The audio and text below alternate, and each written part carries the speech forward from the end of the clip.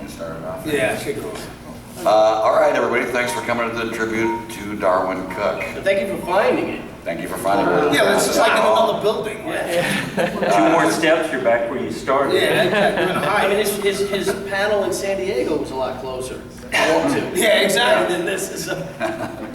So, I mean, we're all here to talk about Darwyn and not us, but you guys want to, everybody should introduce themselves and say who we are, what Darwyn J.T. Jones. Frank Tieri. Dirk Wood. Billy Tucci. Boo. Boo.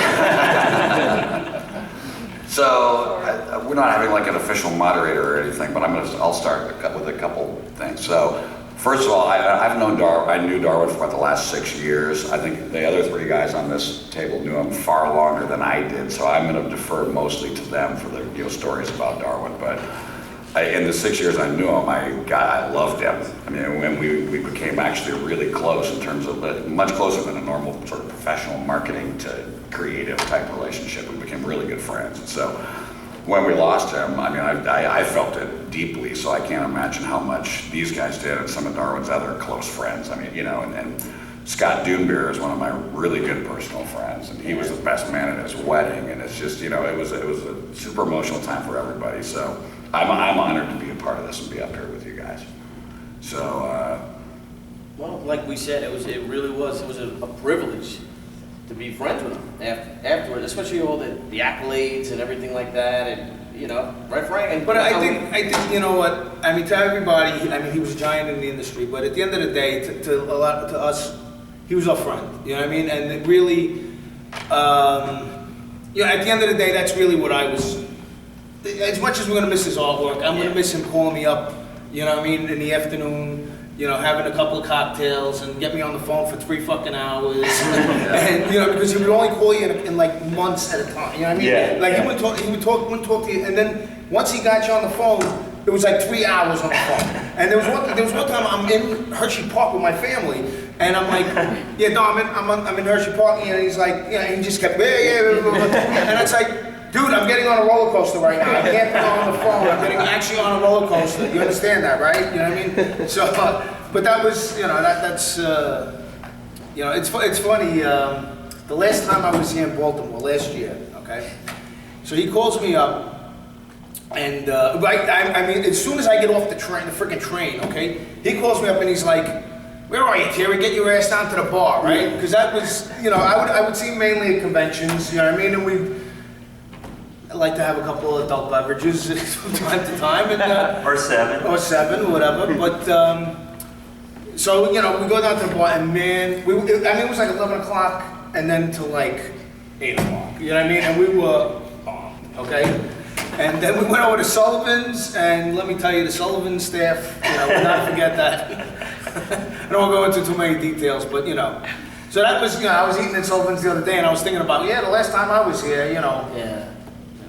So it's weird. I would never thought a year ago that yeah. Yeah, I mean, a year ago here, we had that panel, the Listen to Jimmy panel. Right. That we were on with him. I wasn't on any other panels with him.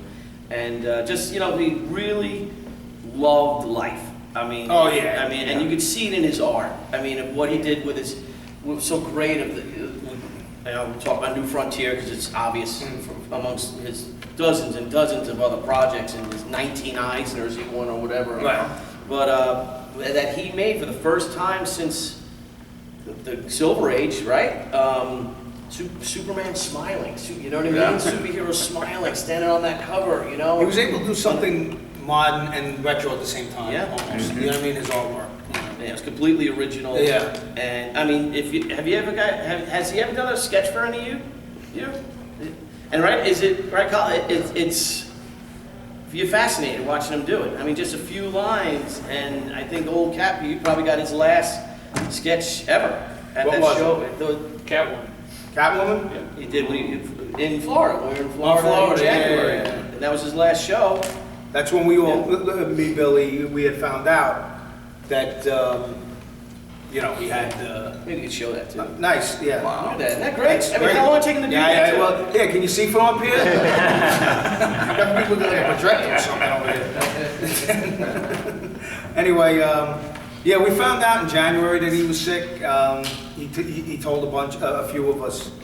We was sworn to secrecy. But, you know, at that point, you know, hey, you know, he was sick, but we didn't think that it was going to be like this. You know what I mean? He went much quicker than we thought he would.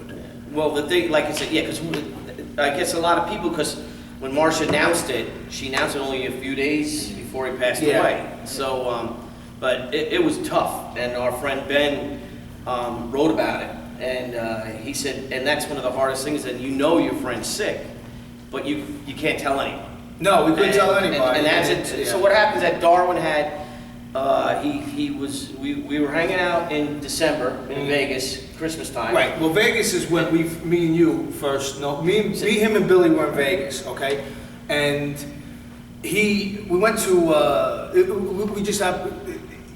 I remember I was in a cab with him. Okay, and he started coughing like friggin' Ratso Rizzo at the end of my cowboy. Right, and I'm like, dude, what the fuck's going on here? You know what I mean? And he's like, you know, I got an infection, it's fine, you know, I got the lungs of some stupid ass doctor told him he had the lungs of a 21-year-old, and he would recite that. 2 years ago. Yeah, I have the lungs of a 21-year-old, it's you know, it's some infection, and he... Yeah, it's like what, a 21-year-old canary in a coal mine? Yeah, exactly. But I'll just go to show you, the time before I was with Darwyn was at his wedding, okay? And we closed every bar, you know, we saw the sun every morning, you know what I mean? And this one, you could see that, you know, there's the one night he went out right after dinner, remember? You know, there was only one night he actually went out in Vegas, and that was very un-Darwyn. Yeah. But, you know, we accounted it, well, he's getting older, this and that, and then, you know, we found out. And I said to, and did he, I'm trying to remember, or if I'm inserting this, did he have an e-cigarette thing too? No. No, okay. No, he was selling cigarettes. So we were sitting there, and my wife asked him, and she says, well, he smoked a lot. He probably He smoked. smoked about 2 packs a day. I would And say. what were they, Camels or something? They were like. He would smoke when he would smoke when he was drawing. He would smoke. He would always tell me he would draw, you know, and the cigarette would go down, and he'd just immediately light another one. Yeah. You know what I mean? And so I asked him, I said, why do you get those e-cigarette things or whatever they are, the vapor things or something, to wean yourself off of it, you know? And because again, he was coughing a lot. And that's when you notice it, that he would get in this cough, and he would just cough and cough.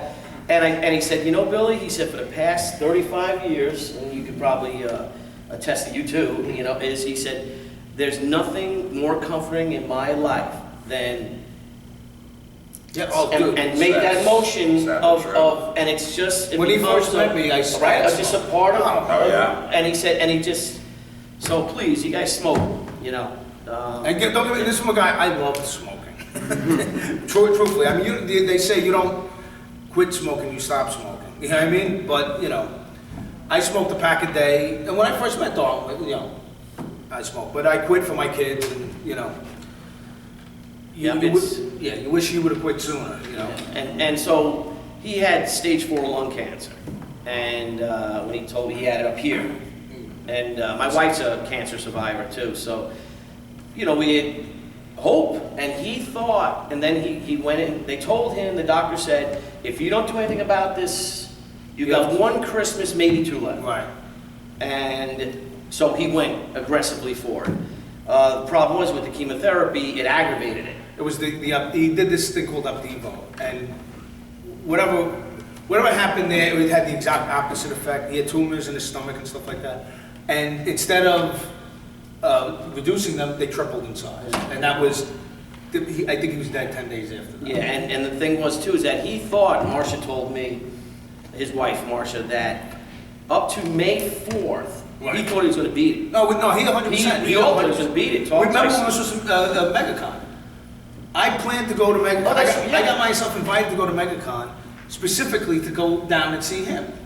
And never dreaming that he was not going to make MegaCon. Right. You know what I mean? Right. And MegaCon was Memorial Day. Yeah, Memorial Day weekend. He was even planning to have a surprise party for Marcia that weekend. Right. He was like, I'm going to drive down to Orlando. He goes, I'm not going to tell him. I'm going to drive down to Orlando. You guys are all going to be there.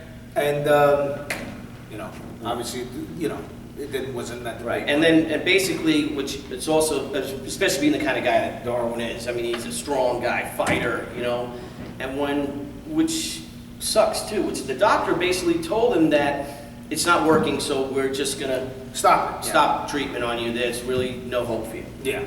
Well, what they said, what they gave him is, listen, they gave him 30 days, okay? From the time that, remember when they told him, they said, you have 30 days, he only lasted 10. Yeah. You know, and I, for selfish reasons, because I was coming down to MegaCon, I wanted him to last, but that's selfish, because, Right. you know, in the end, If you're suffering. it was a blessing that he went, as quick as he did, you know?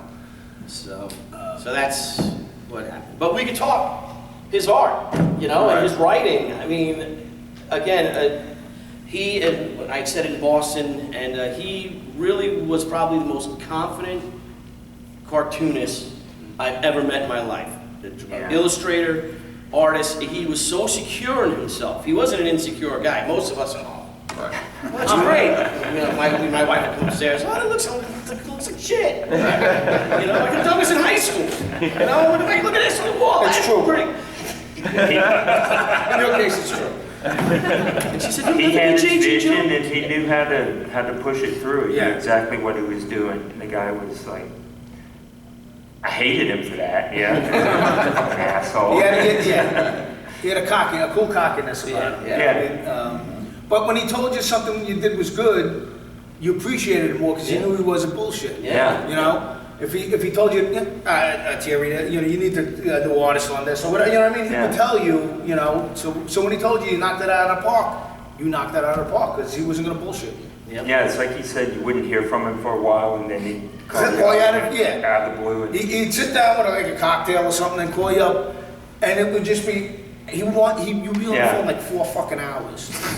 we talk from time to time. The last time I actually heard from him, he got in touch and wanted to do an art trade. So we were haggling back and forth, you know, I don't know about this, how that, and then just radio silence. Yeah. And that was the last I heard from him, you know. The last I heard from him was actually, I was in LA with Jimmy and Amanda, we were doing the Long Beach Con, it was late February. And he called me up and he was still gung-ho at that point, you know what I mean? He was still, you know, Yeah, I saw him right before Easter. I was down there and spent the afternoon, and he was going through the chemo, and again, my wife had to go through it, so I saw that it weakened you. Yeah. You know, his husband weren't as, you know, big, but he still looked great. We were sitting out in the backyard. It was a beautiful afternoon. He bought me a bottle of scotch. We drank that scotch, and you think it sucks. And I told him, I said, I don't want to tell you, it's not going to suck. I said, this is going to suck. Yeah. You know, and that's the kind of person he was that, he knew it, but he was ready for the fight, and he's like, it sucks, what am I going to, you know? Right. What am I going to do? they caught it late, You know what I mean? That's really, you know, sometimes there's only so much you can do. But does anyone have any questions? I know we're talking about Darwyn, our pal, our brother, you know? But again, what we're all here for and how we all got to know him was, wow, what the hell is this? Yeah. You know what I mean? Looking at Brilliant. the Catwoman Brilliant stuff back in the, Yeah. did Brubaker do it with him? Yeah. Yeah, him and Brubaker's dad. I'm like, what the? Oh my God. Unbelievable. You know, and then, I mean, look at the covers and the Parker books and just, you know. That's just my favorite stuff in the world. Those Parker books are incredible. Did you see the one? Oh, I'm actually in the Parker book. Yeah. I got the, I think I'm in the score. I survived the score and I get killed in the next one, I think. You know, but he would do that all the time. He'd put us in Why books. did he wait so long? Yeah, I know. Well, you recognize the star when you saw it. You know. You see in Slayground. If any of you read it. Yeah, I think I get killed in Slayground. Is that what you got killed in Yeah, I that think I one? killed in Slayground. Well, when the car is driving and he loses control of the car or whatever, and it just flips. You guys have to see this book, and it's just you just see the car, but there's no sound, and then the car is on the, and you can just feel the noise. It's just a few lines, like you said. Look at that drawing you did for Old Cap. I mean, look at like JG. He's a virtuoso. He's a painter. I mean, but you're a detail. Your stuff is so. I'm an idiot. That's what I am. For various reasons. But just with a few lines, you know? Yeah. And you're like, oh my gosh, it's just Yeah, and you can see all that love he had of the 50s and 60s illustration styles right on the page. Those houses like that. It is, it's harder to be simple Right. and effective at the same time. And I mean, you can be simple and suck, but it's hard to be really good and Yes. pare No, everything 100%, down yeah. just to the raw elements. He that had you that need to 50, tell the 60 story. style, even the way he dressed, you know? Yeah. He would wear that stupid fedora until I started making fun of him for wearing it. I was like, you're wearing this douche hat, you know what I mean? And he didn't stop. Yeah, but it suited him well. He looked that far, you know. It's, I was telling you, he looked like he stepped out of Esquire magazine in 1960. Yeah, 100%. That was his gig. Yeah. The Yeah. first time That's I his ever big- met the guy, we all went out to dinner with Tieri, called me up and says, I want you to meet this guy that's going to do a book for us. So I went out and Darwyn, I didn't know the guy from Adam, and Darwyn loved to break stones, man. It was like his thing. So the first time I meet this guy is just breaking my stones all night long, all night long. And I just kind of like taking it in, trying to figure this guy out, whatnot. And he sitting back with his scotch, had his legs crossed, and he had these little leather shoes with this strap and a buckle on the side and everything. He's like down from Toronto to visit DC Comics. So I let him go for several hours, just breaking my hump. We got ready to leave. We got out. We hailed him a cab, take him back uptown to his hotel.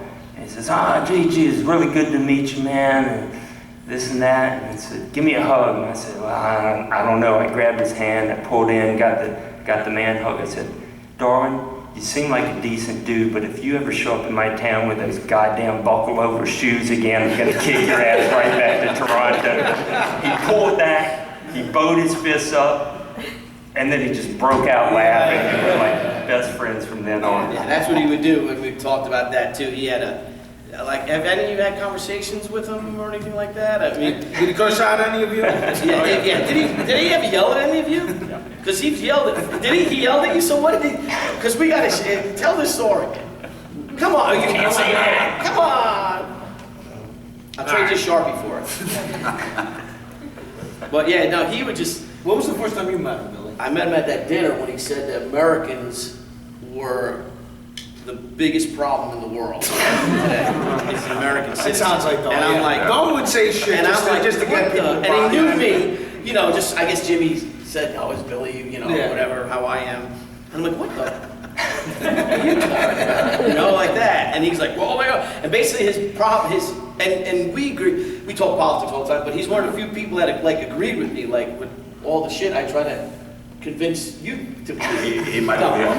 Yeah, it might be the only one. Yeah, all in. that's why he's And, dead. yeah, and his problem. So anyway, so his point was, you know, that we Americans could do more that we should be the policemen. We have the ability to stop suffering, to stop, you know what I mean? And we're selfish in a way, you know. Even so, so we had that little argument to begin with at the dinner, and then after that, we're like, See, don't like, Yeah. don't like, you know what I mean? Yeah. There were plenty of times I cursed him out. You know what I mean? I just, that was our relationship. He didn't like people who, he didn't like pussies. He liked men, you know, Yeah. you know what I mean? He liked people he didn't who like were- sissies or anything. Yeah, he liked people that would, you know, go right back at him. You know what I mean?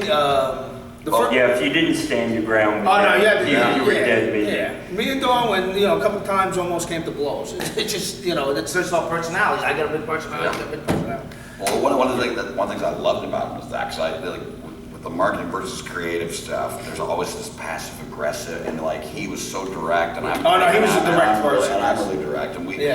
and right off the bat, we agreed on, you know, 90% of everything, and what Bud has on the rest of the stuff, but you know, I wasn't shy, and neither was he. Right, We just right. jived. You know, he said to And me, that's what he probably liked about you. Yeah, You know what I'm saying? Yeah. when I was doing the Sergeant Rock book, and I was really, you know, the reason why we got into this, because we love comic books. We love reading, we love writing them, we're fans first, you know, you know. So the thing is that with the Sergeant Rock book that I did, one of the series for them is I get really upset, you know, about the lack of marketing.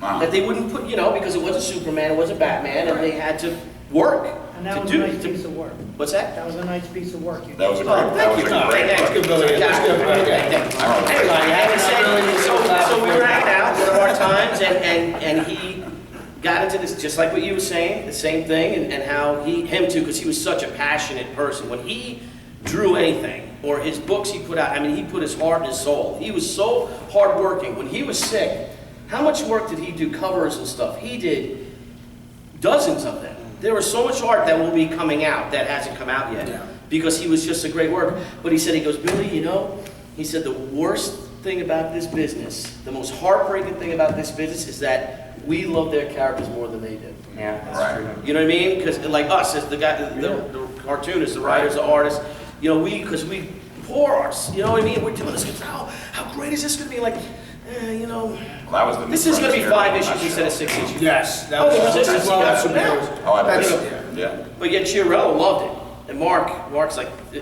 yeah, you got to do this. Oh, and, yeah. and just the resistance with that book. And it's funny because there were some people that didn't like his art, you know? Some of the higher ups and stuff. Just And then when he hard to passed away, of course, everyone, oh my God, he's a great, you know? Right. And they're like, I don't really get it.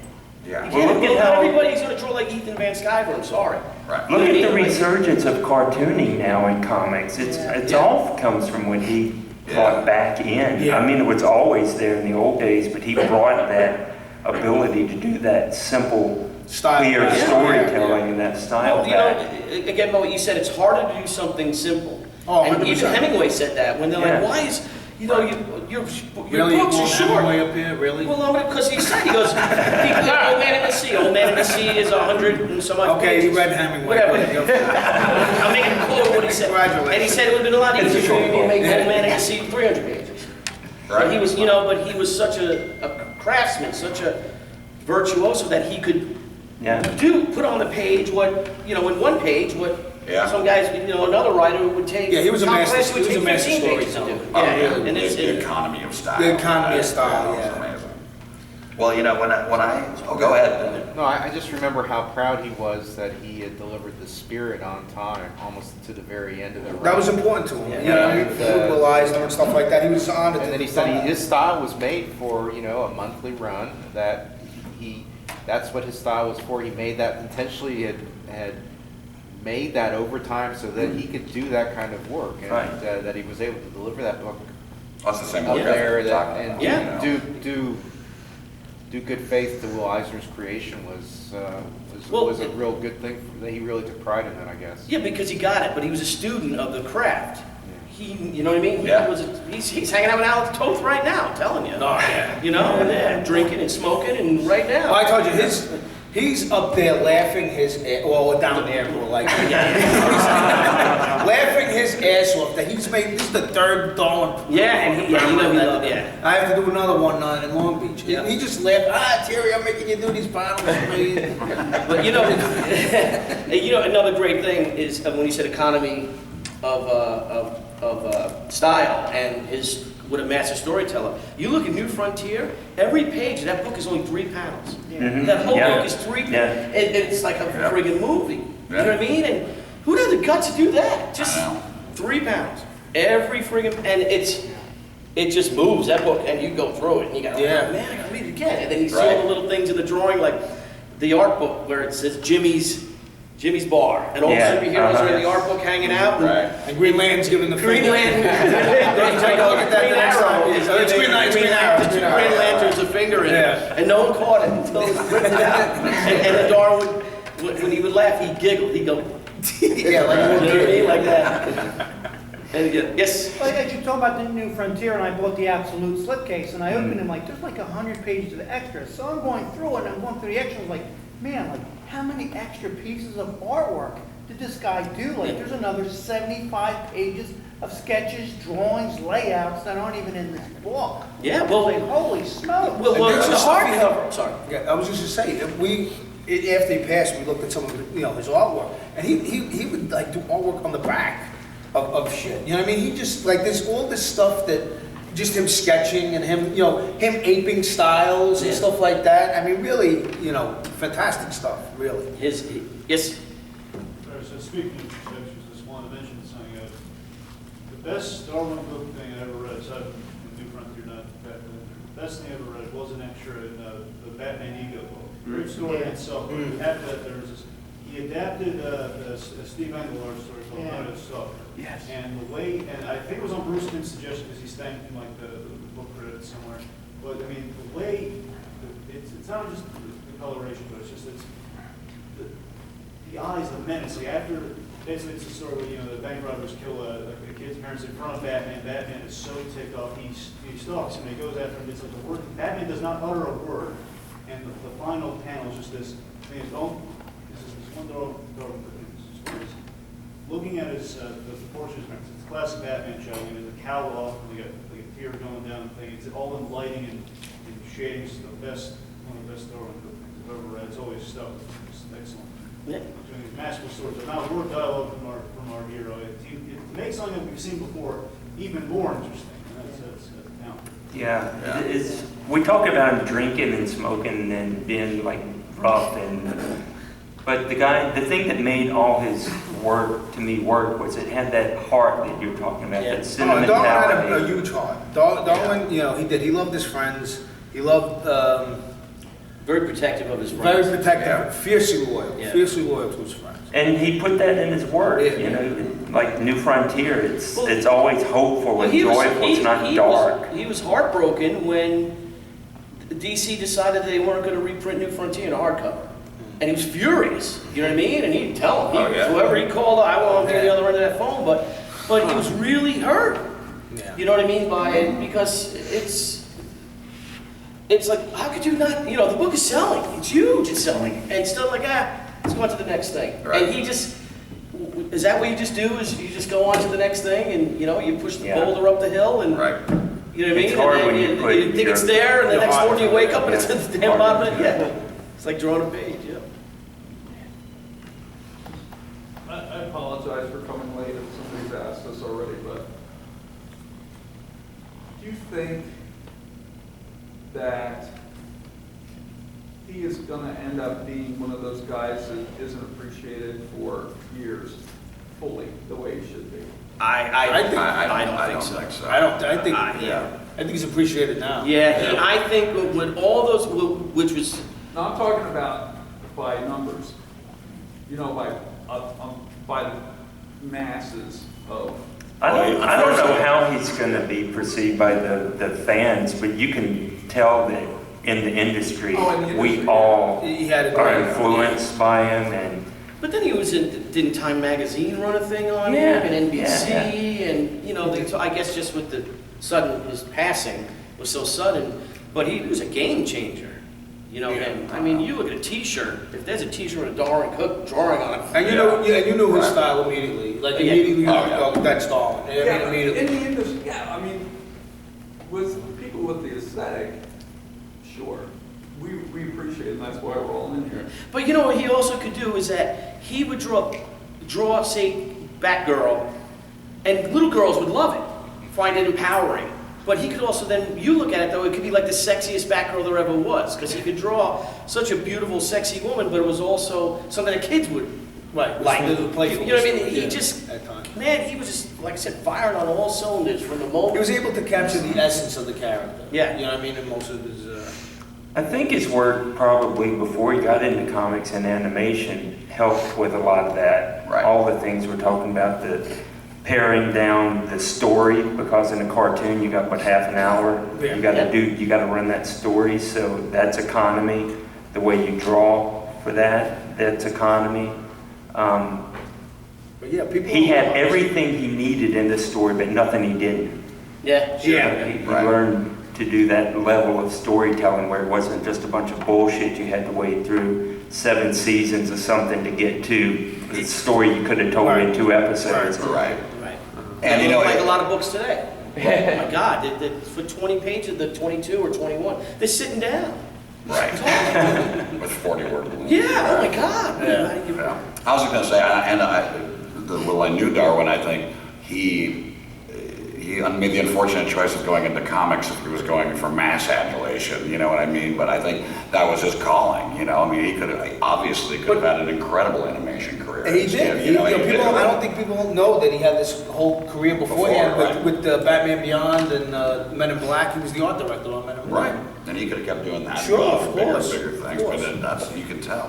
One of the things I noticed when he died, like, I think so many of us, whatever your vocation, have only so many like real peak things you can do, so many like the top of your game. Sure. And when Darwyn died, like on social media, I must have seen 75 different pieces of art, each of which could have been the most iconic thing of anyone's career. Like, you know, everybody changed their cover photo. And like, you know, one was like from the New Frontier, like all the those heroes on looking the other like that, side. yeah. And then there's, you know, the Parker crossing the bridge. Right. Like every single one of them. Bruce Wayne falling asleep as the sun rises. Yeah, in that front that's of the blanket. fantastic. Right. Each one of He's in his those. Batman costume, he's asleep in the study, and then it's And Alfred. then he did all those Right. terrific You know? covers for DC for that